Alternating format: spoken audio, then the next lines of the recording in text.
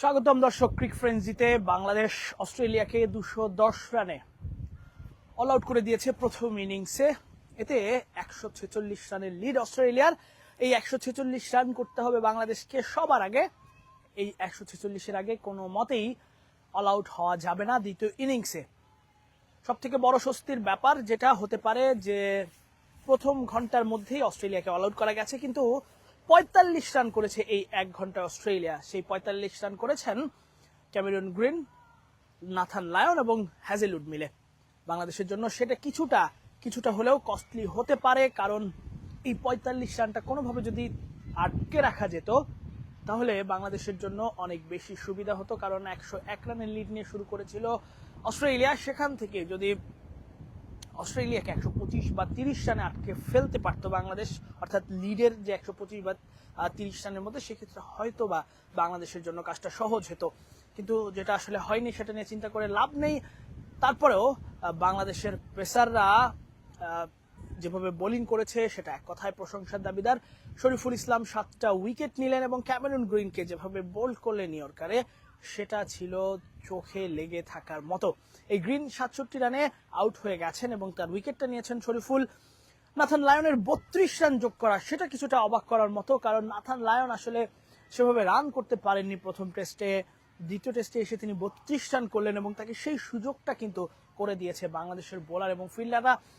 কিছুটা একটা king fielding position যদিও ছিল, কিন্তু নাথান লায়নের ব্যাপারে বিশেষ করে আমরা যখন দেখছিলাম, আসলে ক্যামেরন গ্রিনের ব্যাপারে কিছুটা অ্যাটাকিং ফিল্ডিং সেট আপ ছিল, কিন্তু অধিনায়ক নাজমুল হোসেন শান্তর আর যে কারণে যখন লায়নের কারণে যখন আসলে ফিল্ডাররা 30 গজ বৃত্তের ভিতরেই ছিলেন বা অ্যাটাকিং পজিশনে ছিলেন,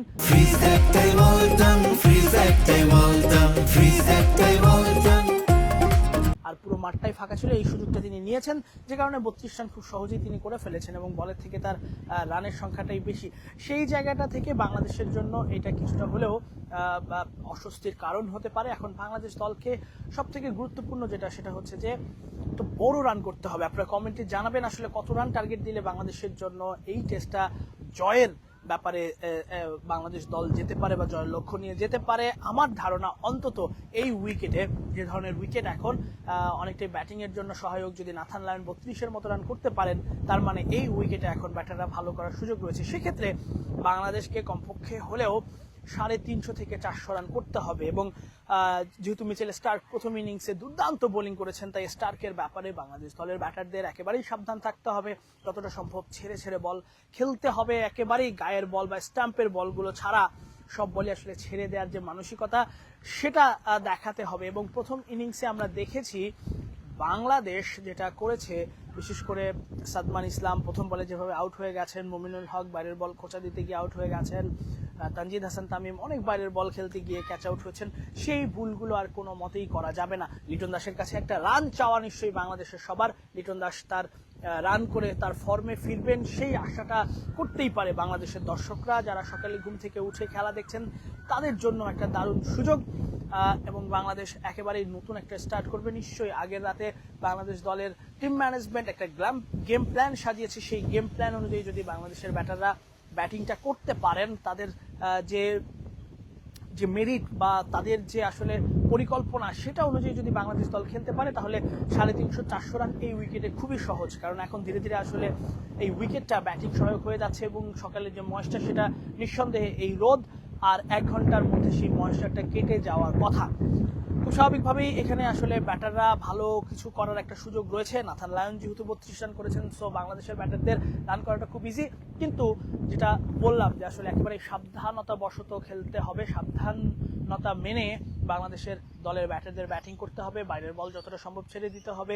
স্টার্ক, হ্যাজেলউড, কামিন্সদের যে ধরনের বোলিংটা তারা করে থাকেন, একেবারেই ফুল লেন্থের মধ্যে তারা ড্রাইভের বলগুলো বেশি দিয়ে থাকেন, সেগুলো কিন্তু আসলে খেলতে গিয়ে ব্যাটের কানায় লেগে কিন্তু স্লিপ কালি পজিশনগুলোতে ক্যাচ আউট হয়ে যায়। তো সেই ব্যাপারটাই অনেক বেশি সাবধান থাকতে হবে বাংলাদেশের ব্যাটারদের।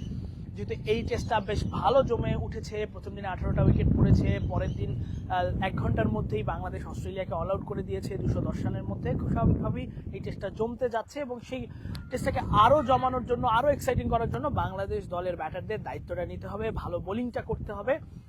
সেক্ষেত্রে আর না হলে কিন্তু বাংলাদেশের খুব কঠিন হয়ে যাবে এই ম্যাচটা বাংলাদেশের আসলে একটা ফলাফলের দিকে নিয়ে যাওয়ার। যেহেতু এখনো 3 দিন বাকি রয়েছে, তাই এই টেস্ট ড্র হওয়ার সম্ভাবনা কম। একটা মাত্রই আসলে ফলাফল হতে পারে, দুই দলের যে কোনো এক দল জিততে পারে। এখন সেই দলটা কি হবে, বাংলাদেশ নাকি অস্ট্রেলিয়া, সেটাই দেখার। এতক্ষণ আমাদের সঙ্গে থাকার জন্য ধন্যবাদ। ম্যাকাইয়ের গ্রেট ব্যারিয়ার রিফ অ্যারেনা থেকে আপনাদের সাথে ছিলাম আমি, তাসফিক পলক।